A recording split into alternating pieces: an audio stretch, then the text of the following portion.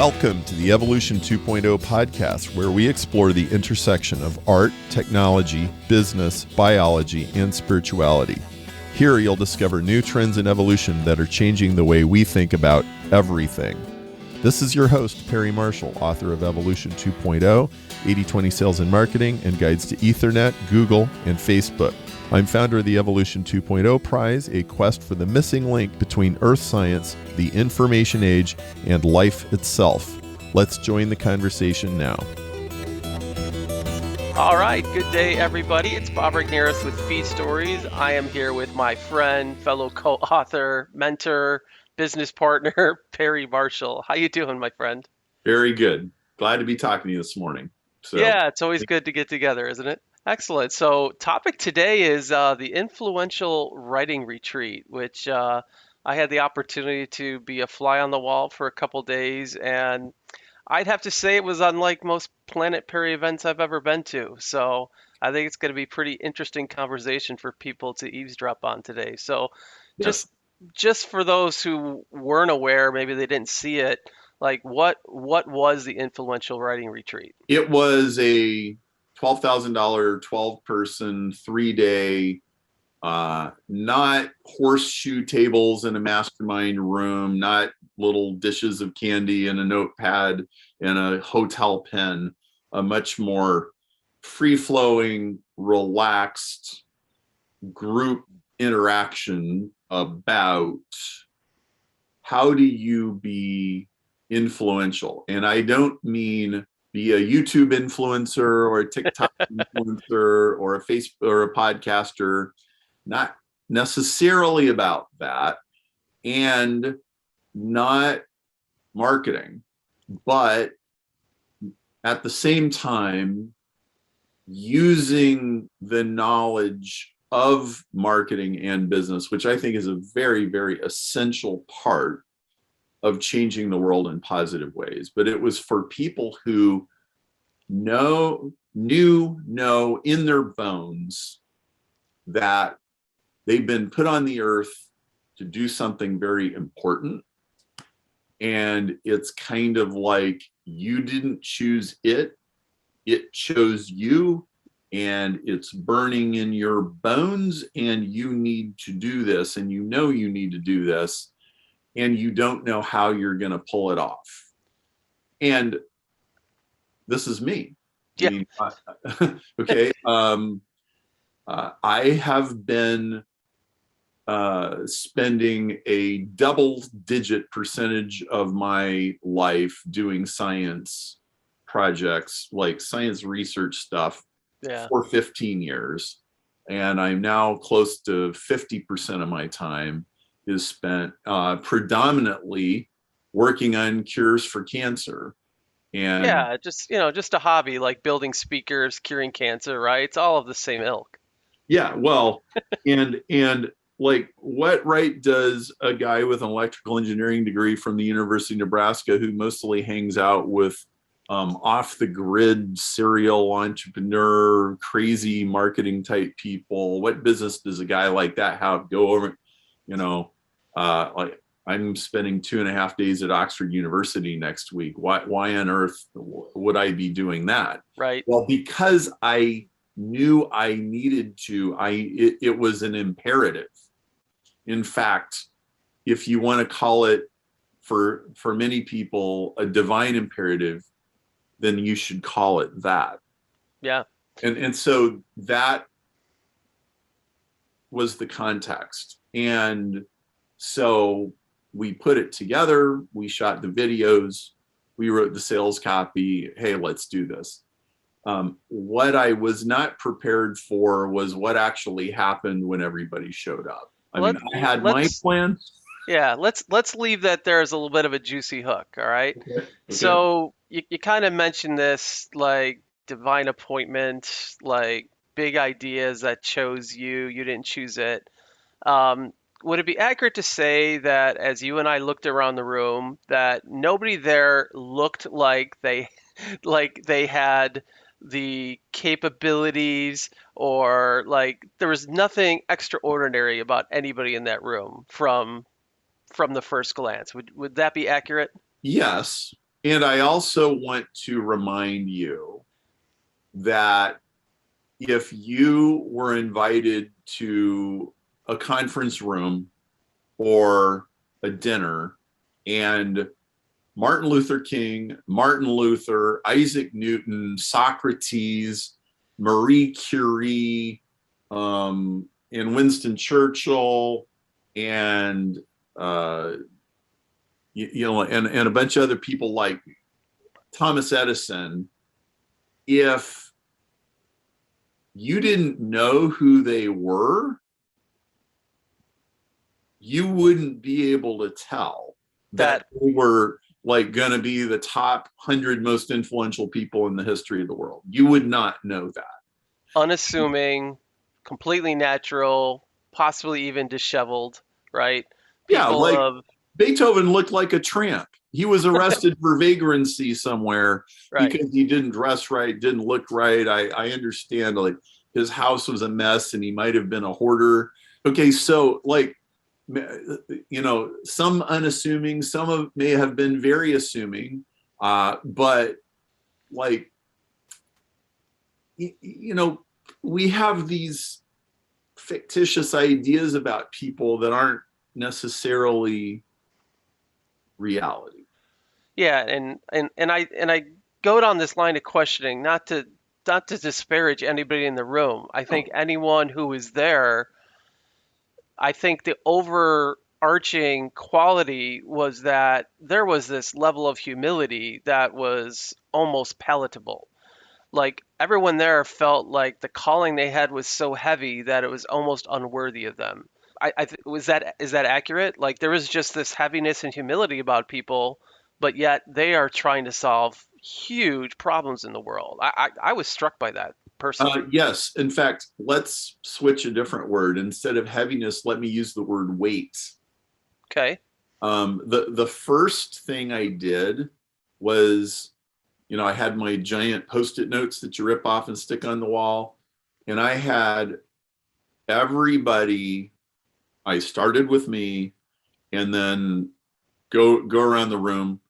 I want you to tell everybody without editing and without being small and without being modest, what is it that you actually intend to do? Put it up there. Yeah. And everybody put it up there. And it was astonishing.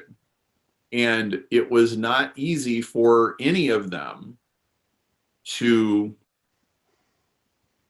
come out and do that because it sounds ridiculous. Perry, I don't think there has been a place for these individuals to really voice these things before. And I think that was the hardest thing for them is like, how do you sit with something? I mean, we're taking you for example, like you have a platform and a confidence and a relationship with your with Planet Perry where you can like talk about curing cancer. But can you imagine, somebody coming in and saying like, I intend to like basically get rid of the IRS. Like that's Right. pretty audacious. Where are you going to say that? Right. We had somebody there who's going to make prayer like a common thing in most boardrooms. Somebody just idea after idea, right? And I'm not sure these people outside of their own private relationships have ever kind of publicly stated some of these big, bodacious things that are just like just oozing out from their insides and are just have been waiting to get out. I think the environment you created, it was a little, I think it was unsettling for a lot of people to like be like bodacious and like kind of like declare this idea out loud. It was an amazing exercise. Well, it was also an exercise in authenticity. Like, nobody was just making this up so that they would look good in front of the group. There was none of that going on, and I'd be surprised if hardly any of them had ever put all that out there in front of a room full of people. But Right. that just needed to happen. And then I showed up with my notes, but the thing just took on a life of its own, and it went where it wanted to go. And I could have never possibly predicted how it was just going to roll. Well, that was definitely, other than the setting. I mean, the setting you talked about, people kind of have an expectation of like a conference. All right, we know how a Planet Perry conference is. We're probably sitting around round tables, and there's speakers up there, and we're kind of in school, or they're used to city tours, round table, horseshoe. This was much more relaxed. We kind of sat in a circle. It's comfortable seating. People had blankets. There was a fire going. We were in a hotel, but we were in a hotel that's kind of surrounded by nature. So I think the setting you put out for them kind of put people at ease. It was an interesting setting, but it's not something that Planet Perry does. And I think the thing that I was struck by was that this group was not there to hear lecture. I think what the main thing I saw was that this group was there to have you help them facilitate and sit with really, really big ideas. Talk a little bit about that. Like, what was that like for you to sit with this group and just ponder and hammer big ideas? So I would even adjust the big ideas part. I would adjust a little bit to big callings Okay. and things that require big authority. You can go to lots of places to discuss big ideas. You can sit on your computer and watch TED Talks about big ideas. Hmm. But like, TED is very pretentious, and it's very politically correct. And Yeah. nobody in TED is going to disrupt the culture. They're only going to disrupt technology or introduce a new medical thing, but they're not going to shake up the establishment, because TED is the establishment. This is very different. This was um, everybody in the room. Well, I was struck by how much commonalities there were that I never called out or asked for before we started. Hmm. And one of the things that everybody had in common was they're attacking what you could call wicked problems. In other words, Hmm. problems for which nobody can currently envision any kind of an easy solution for. Yeah. Like problems that, okay, like like death and taxes. Like that would be the extreme Yeah. version of wicked problems. But cancer is a wicked problem. I mean, how long have we been working on that, and how many billions of dollars have been spent on that? Yeah. And one of my beliefs is that the only solution to wicked problems is new forms of culture. And so this was really a discussion about how to create new cultures and how to create mass movements, but it was aligned with the knowledge and the tools of 21st century business and technology. There are lots of people who want to save the world, want to fix the world. There's lots of doctors and missionaries and pastors and visionaries and people with really great ideas and really great intentions, but they don't have the ability to influence or really genuinely understand the forces that make business work, that make society work. I wanted to take that, that sense of calling and mission and combine it with the wolverine, savvy, entrepreneurial fire. I've talked for years about how there's two kinds of people in the world. There's poodles and wolverines. And poodles, they watch the birds and the squirrels through the sliding glass window, and Yeah. they watch Seinfeld with the kids on the couch, and they eat their food bowl when somebody gives them food and they're nice. Okay. And wolverines live in the wild and they have a 20-mile territory and they eat what they kill and they're ferocious and they scare most people and most people don't really want to see them. And they live wild and free. And they live in all of the danger. Like they don't have the comfort of the 3-bedroom condo that they live in, where Right. somebody brings them dog food every day. And most people, like 95% of the people in the world are poodles. And we probably need lots of poodles for the world to work the way it works, and that's fine. But then you need the wolverines. And no, for the most part, nobody's really celebrating the wolverines. There's a few billionaires like Bezos. I mean, he's a wolverine, that's absolutely for sure. Right. And there are certain wolverines that the world sort of bows to because either out of awe or because they run the world. Okay. But the smaller wolverines, like, I always say you can't go to your church picnic and complain about your $400,000 tax bill, and you can't complain about, Edna, the employee who's stealing. Like you can't really talk to most people about that kind of stuff. And Right. and so it's a very unique stir fry to bring those elements together.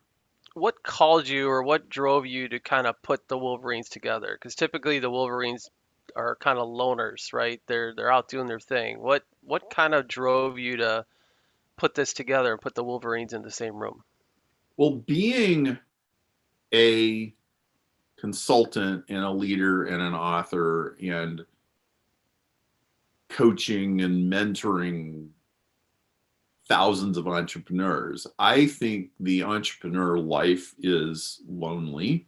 Most entrepreneurs have relatively few people who understand them, who can adequately appreciate their accomplishments, especially Yep. the subtlety of like the nuance that it takes to make certain things happen. And in this case, I did an influential writing event about 8 years ago, but it turned the two couldn't have possibly been more different.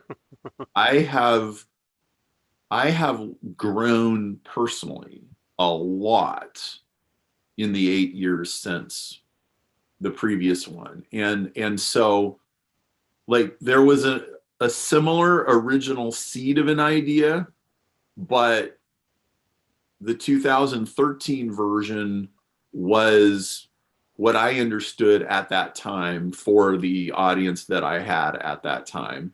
And that was very much more of a marketing kind of an event. This was, you've heard people say, what would you do if you knew you couldn't fail? Hmm. The question that this was oriented around was, what would be worth doing even if it did fail? I think that is the litmus test for, is what you're doing really, really genuinely important? And so everybody in the room was doing something that they feel is so essential. And the nice part about doing something like that is no matter how things are going, bad, good, or indifferent, you do get out of bed with a very urgent sense of purpose. And there's something very reassuring about if you know that you know that you know that you're doing what you're supposed to do, even if it appears impossible. There's something reassuring and comforting about that. You're like, well, I am going to keep chiseling away at this, and somehow, some way, the forces are going to come together so that this can work. So was it about, I mean, again, then putting these people together, what is it meant to inspire them? Is it meant to educate them? Like what was your intention for doing? Why would you want to put them together? It was to commission them. All right. I would agree with that. We needed to create an environment where everyone there left with a sense of having fully been given permission and marching orders to go do this thing, to do it at a much bigger level, to step up and really be the boss. So I'll give you an example. One of the people in the room was Scott Shang. And Scott Shang's mission is to transform the mortgage industry so that it's not the den of thieves that it currently is right now, into something that's actually virtuous and good. Now, I don't think anybody can appreciate how much more prosperous and profitable that industry would be when Scott achieves his vision. But for him personally, this has been burning in his bones for well over a decade, and he's been working on this very hard, and he's been making steady, admirable progress. And he is now surrounded by incredibly talented people, including yourself, because you're a partner Yeah. in that business, Bob. But before that, he was always questioning whether he's the real leader. Hmm. After the event, that is no longer a question in his mind because there was a transformation that occurred. And it's really difficult to describe that transformation because I think this was something most people haven't experienced before. Right. It was a spiritual experience. It wasn't just a seminar. In fact, it wasn't a seminar. No. To think of it as a seminar would be a miscategorization. And I would agree. so Scott came out with this head of steam, and it wasn't the temporary motivation of a seminar. I've had that a million times. It was a fundamental roadblock has been removed, and he's got a superhighway in front of him. And when I say superhighway, I don't mean there's no obstacles or anything like that. I mean his own internal question and doubt and resistance about whether this is really my mantle was removed. It almost felt, and obviously I spent a lot of time with Scott kind of getting his feedback, and I'm sure I'll be talking to others as part of this as we're trying to kind of even capture what happened. It's almost like there was a new operating system installed. When you first buy a new computer or you put a new version of an operating system in, it's clean, it's fast, there's clarity, there's no junk, there's a renewed sense of purpose, the interface looks different. Um, it was it was strange and wonderful from the standpoint of this weight that you talked about suddenly turned into something positive because a lot of the folks in the room were struggling, and struggling is a strange term, but just working on this maybe in isolation or in very small areas, and Wrestling, wrestling, that's yes, a good term. grappling, And when you're wrestling with yourself, you've got your ego, and you've got voices and head trash and life experience and voices that are just kind of knocking you down. And this whole idea of permission, it's very powerful. It's almost like a father, right? You're almost kind of like presenting a father figure to them that kind of gave them a father's blessing, to go out in the world and do it. Like, you can do it, son. You could do it, daughter. It had very much that vibe. And while you can't physically see the transformation, a lot of the transformation was in the gut, it was in the head, but it manifested itself in their demeanor. You could see their energy change, their countenance change. Like, that was what was amazing to me, because a lot of the stuff happening on the inside was actually visible on the outside. That was striking to me.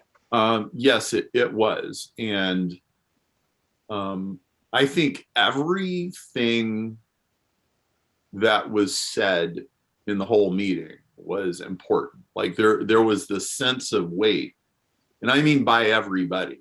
Yeah. So we were extremely deliberate about who was in the room, who was not in the room, Right. and we talked to people before they were brought on into the course, and we had an application process, and yeah, it took a very special chemistry. And so I just know that when you feel the divine imperative and you have been given the permission, and when you have the commercial and communication and technological tools and the knowledge of how those tools work, and then you're given like this extra thing, which is really a sense of authority, um, then that's when things can really move. And so one of the people in the room was Ron Wilder. And Ron does a very particular kind of training for CEOs. Good way to put it. And yeah, it's really interesting what he does. And so he found himself, when talking to clients, being very, very bold, very assertive, and not the least bit doubtful about, okay, we could play patty cake for the next year like most people do, or we could just get to the bottom right now. Are you up for it? It's going to be scary. And they would sense his energy. They could Yeah. sense that it was coming from a very real place, and they would respond to it and say, yes, I'm in. And I want to be very clear. There is a gazillion books and courses and seminars and trainings that will teach you some kung fu technique or move or verbal jujitsu. And this is just everywhere. It almost never comes from a real place. Hmm. It's almost always just like so much surface level. And I'm not saying it doesn't work, Right. but it very often does. That's actually the problem a lot of the times. My dear friend Tom Hubyar, who died 10 years ago, he was a NLP practitioner. He said, Perry, people come out of them trances. Okay. And he's like, what he was saying is, oh, there's lots of people that know how to get a bunch of people in a room and sort of hypnotize them into doing something. But the problem is, like, 3 hours, 3 days, or 3 weeks later, they kind of wake up and they're like, what was that? Hmm. How did I get myself into this? And then most things are harder to get out of than they are to get into. And then they're down some road that they shouldn't even be going down. And I just was not interested in having any of that. And so I think that's really what was different here. We didn't do any of that weird kung fu, NLP, persuasion, hypnosis, verbal sleight of hand. We just didn't do that. So earlier you mentioned you kind of came in with some expectations. You came in with, I don't want to call it an agenda, but you kind of had a plan and things like that. And you said it completely it was almost completely different than what you expected. So talk a little bit about what you expected and then get into what actually happened that surprised you. So I came in with a 17-page outline. Of course, I knew I would only use a third of it, Right. but I was ready. I was certainly over prepared, and we started going. And by the middle of the second day, we were completely off of the original plan. But the thing is that this did not bother me in the slightest, because I could sense that a larger organism had been formed and it was now going where it needed to go. And I was just along for the ride, and I was just making little slight adjustments to kind of keep things pointed in the right direction. And so I told stories I've never told in public before. Yeah. I we went places emotionally that nobody had ever been before. And so if I take a step back, there's like two funny things. One is I said I'm not doing this again. And the last time I even like did anything remotely like it was 8 years ago. And then like the weird juxtaposition is that we got done with it and we're like, this is now a permanent thing. Like this is now who Planet Perry is. And I want to explain what I mean by that. I don't mean that we're going to stop teaching, doing any of the marketing, basic business marketing, blocking and tackling that we've always done. That's just going to keep going. We just introduced a TikTok course, okay? Like, I don't know how you could get any further from this than TikTok, okay? Because it's a completely different level of influence, okay? Yeah. Like, yes, you could put the two together, and one of our people could become a major TikTok influencer. Right. That's fine. But like the tools and the techniques and the clicks and the videos, like that's a whole other aspect that we were not interested in at all. But here's what I mean. There are lots of purpose-driven entrepreneurs in the world and mission-driven entrepreneurs in the world, and there's the start with why kind of stuff, but most of that is very, very surface level. And I think what we hit a new level of deep, authentic Martin Luther King level in some cases for some people. How is the world going to be different in 20 or 30, 50 or 100 or 300 years from now? Because you did what you were supposed to do. And it included your toolbox of business things that you know how to do. I think people underappreciate the role of business acumen in shaping the world. The reason Thomas Edison was so successful, 50% of it was he was a good businessman. Yes, 50% of it, he was a genius and he figured out that tungsten is a good material to make a light bulb and the film projector and the phonograph. Okay, all that obviously very important, but nobody would know who he is if he wasn't a good marketer, a good salesman, a good promoter, a good businessman, and willing to own his authority and have the courage to talk to presidents and Henry Ford and titans of industry and banking and all of that.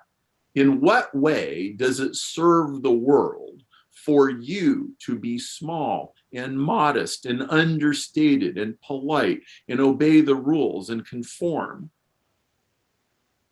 Like, no, you're gonna have to break some rules and you're gonna piss some people off. Believe me, I have pissed some people off in my science efforts, and I'm gonna piss more people off. And there is a cost to that. There is not, you don't just sashay into the world and everybody opens the doors for you and, oh, we would love for you to reform the banking industry. We would love for you to reform the mortgage industry. We would love for you to call us out on our shit. No, that doesn't happen. No. And you have to be shrewd. You have to be very wise as serpents and gentle as doves and as cunning as the mafia and as innocent, like all of those things. I would say too, just thinking about the room and see if I can kind of make this point.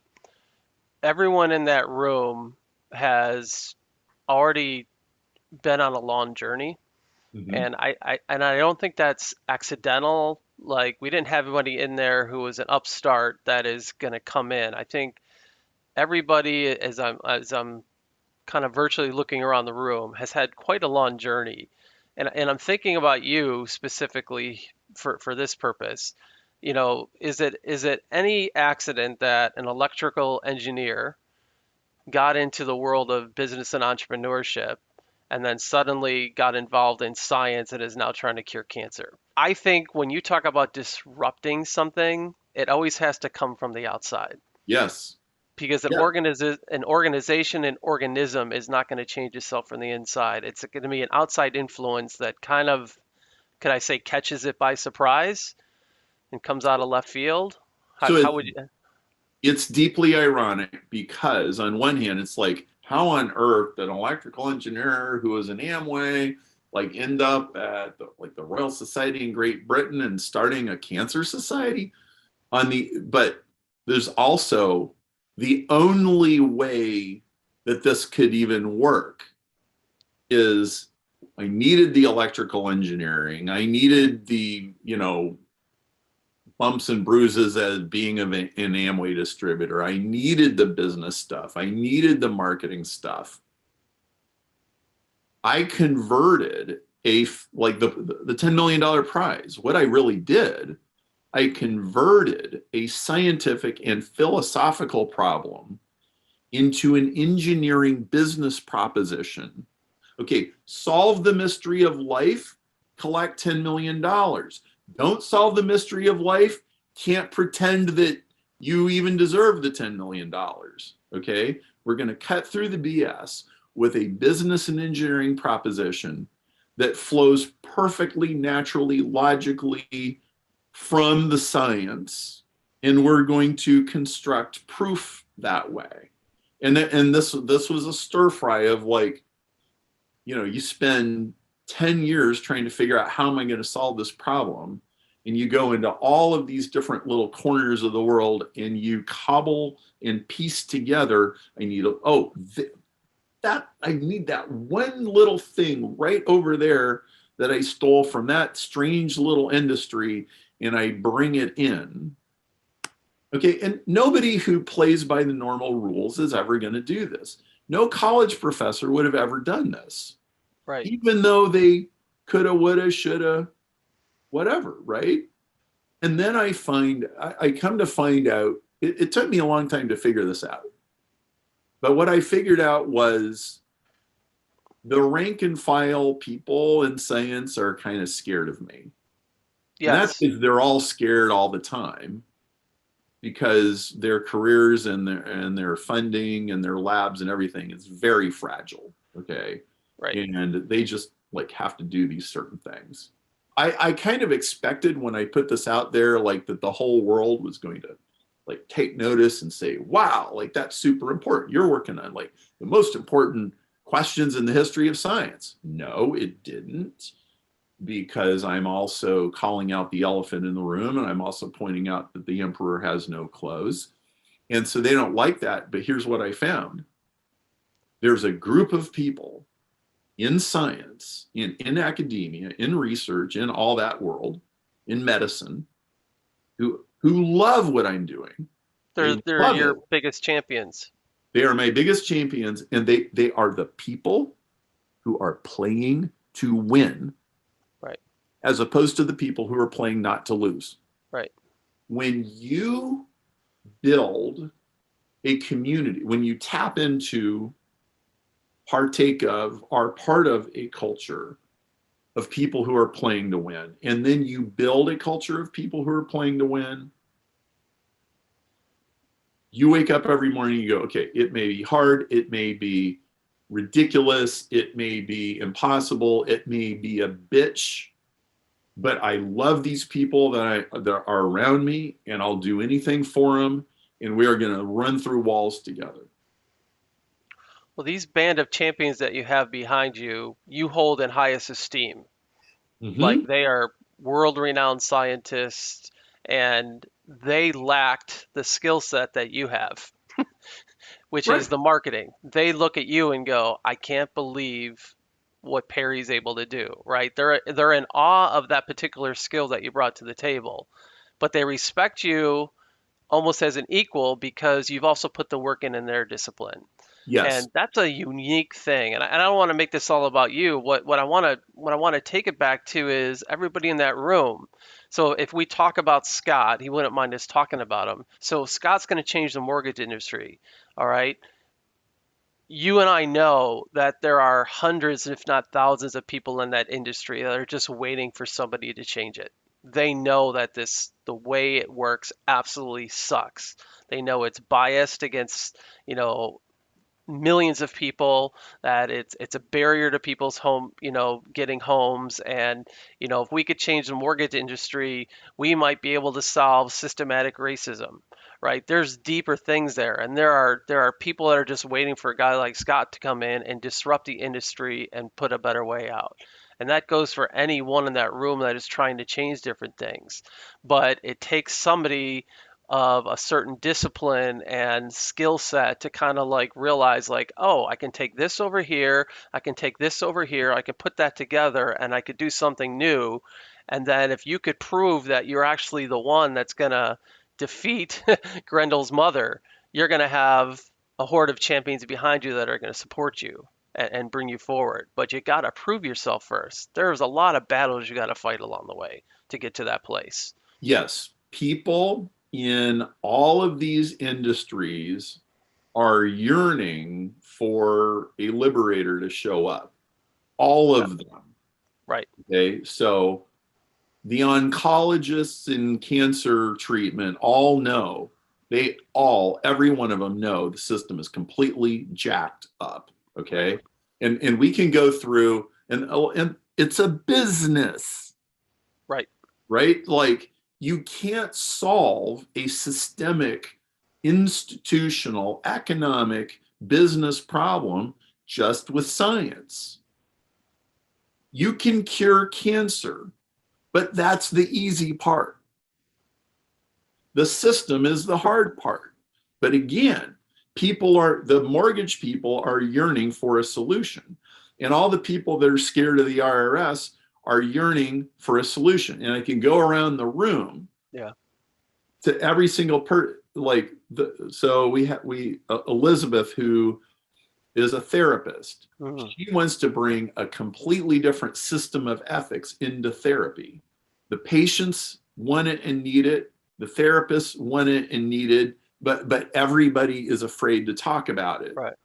right? Because the the big foot might come and stomp on them, right? So it takes a lot of courage, but it's like you have no idea how much gratitude and appreciation will be manifested when some of these strongholds get taken out. And you have no idea the impact on humanity. And so there was the sense of, I need to create an alliance of people who think this way, and so they're no longer alone. Right. And I think we'd be remiss to not touch on, you talked about people's transformation from a spiritual perspective. Um, a lot of people experience memos from the head office, either calls or events. Um, I think the one thing that was unique here, obviously, Vivian, who a lot of people know was there, and you had Jordan come in, and Julie was there. But I think one of the things that happened was that outside of kind of the normal memos, there was deep memos where these individuals felt like all the powers of the head office were behind them. So you as kind of the father figure got to give them permission, but I think the bigger thing was that they heard things from the head office that finally validated and freed and unlocked things in them that they haven't had before. You want to talk a little bit about that? Yeah. So Planet Perry is a demilitarized zone among many things that it is. it's a demilitarized zone like the strip of land between North and South Korea where nobody gets to shoot at anybody for spiritual exploration. It is a place where people can spiritually explore safely. So, everybody knows I'm a Christian. That's not even slightly a secret. I'm pretty open about that. But I make space for people of, whatever their belief about, the bigger questions and where it all comes from. If you are okay with the idea that a purpose can be given to you from above and that you can listen to that, understand that, harmonize it, resonate with it, and roll with it, and like carry out that divine imperative. If you're good with that, then we're going to facilitate you hearing the muse Right. as clearly as we know how. And we are going to put at your disposal people whose ability to tune into that, to listen to the muse, people with prophetic gifts and unctions, can really speak into what you're doing and draw it out, and who can see the destiny leaping out of you that you always know is there, but that Right. most of the time is not recognized and suppressed and Right. shoved over into the corner. And that was a huge part of the experience. An absolutely Right. essential foundational aspect was having this And ingredient. the room was not a it wasn't a uniquely Christian room. No, There was Jewish people, there was Taoists, there was people who would be considered modern spiritual people. Um, you created an environment, you facilitated an environment where there was common ground. And also, you and I were kind of joking the day after. There was some R-rated language quite a few yeah, times, right? yeah. Be, So it's a no, there was no editing going on. there was no editing. There was and everybody was accepting. So if you felt led to share something and you're dropping F-bombs, there's nobody blinking their eyes or tisking. Like you could be you could be praying for somebody on one end, and then somebody could be just slapping their heart on the table and telling them how angry you are. Like, I love the raw realness of that. That to me was just absolutely invigorating. So we got a couple of minutes left, Perry. You had mentioned before, like, oh, we're going to. I thought I was going to do this once, but now you realize, like, okay, we're doing this again. So just in a couple of minutes, talk about what you think is coming, how you think this will evolve, and where you might see it going next, knowing that it will probably change. But where do you feel right now? First of all, it is a defining cultural centerpiece.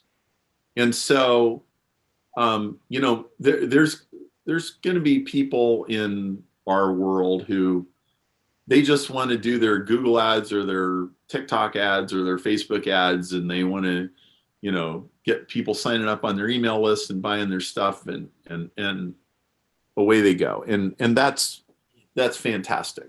And there's going to be a majority of people are going to be those We kind of people. we love those people, and we Yeah, want them to learn from us right, because right, we're ethical and fundamental, and we're going to teach them lasting things. So we love those people and want them around us. right, right. And also, let's let's be really clear about something.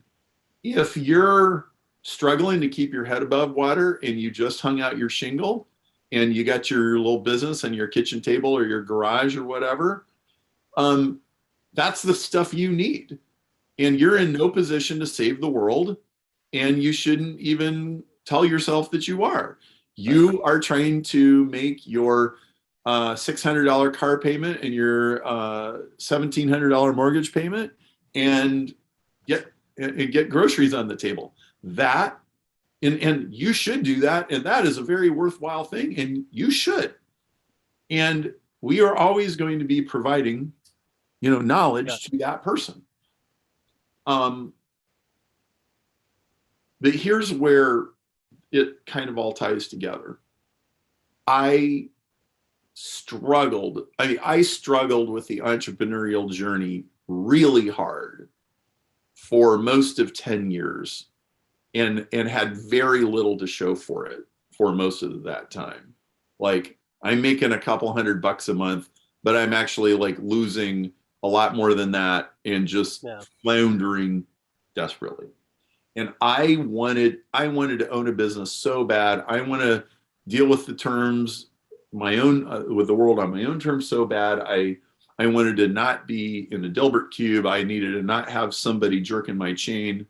I was just desperate, like oxygen for that. Then I hung out my shingle, and then I'm actually making an adequate living, paying my bills, and oh my goodness, like I get out of bed when I want to get to bed and I go to work and it's great. And the life of a freelancer. And that was great. A couple years later, I started making a pretty decent income. And I could do what I wanted to do. And I could go where I wanted to go. I wasn't super rich, but I was just well off. Mm-hmm. And I noticed something that it kind of surprised me a little.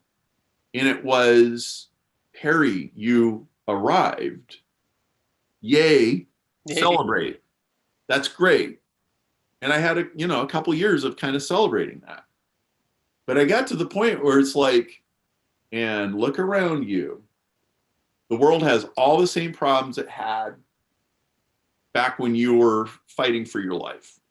And you're not going to be fat and happy and content and sitting on a lawn chair eating bonbons on the beach until some of these problems get solved.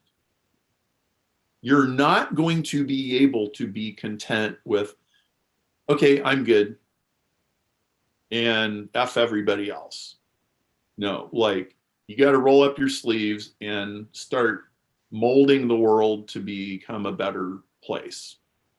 And in the space of a couple of years, my whole orientation started turning towards, this was exactly when I started taking on these much larger questions. Okay. And so what this is as a cultural centerpiece is that there are levels of graduating to higher and higher awareness of shaping the world in really meaningful ways and solving the most intractable problems that everybody considers not solvable. I want to remind you of something. You realize 150 years ago, most people went to bed hungry everywhere in the world. And now too many people are fat. Do you realize that people going to bed hungry was a wicked problem for which no clear solution was available? And we could go back to ancient history and we could make a whole list of those things and go, well, we solved that, we solved that, we solved that. So now we have new ones. And you know what? People are going to solve the wicked problems. And we're going to create that space. We are going to create the space where people can do that. That's amazing. Well, Perry, it's been amazing. Time flew by as it always does. We It always appreciate flies. We always have a good time, man. so love you, appreciate you, and those listening. We love and appreciate you. We thank you for listening in, and we can't wait to share more about where this goes. And I think you definitely need to keep your ears open. So we'll see you next time. Take care.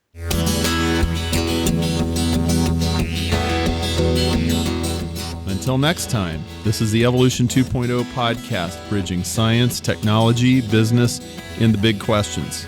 To ensure you never miss an episode, subscribe on iTunes or on your preferred player. If you like the show, rate us on iTunes. Join our email list and social media at cosmicfingerprints.com.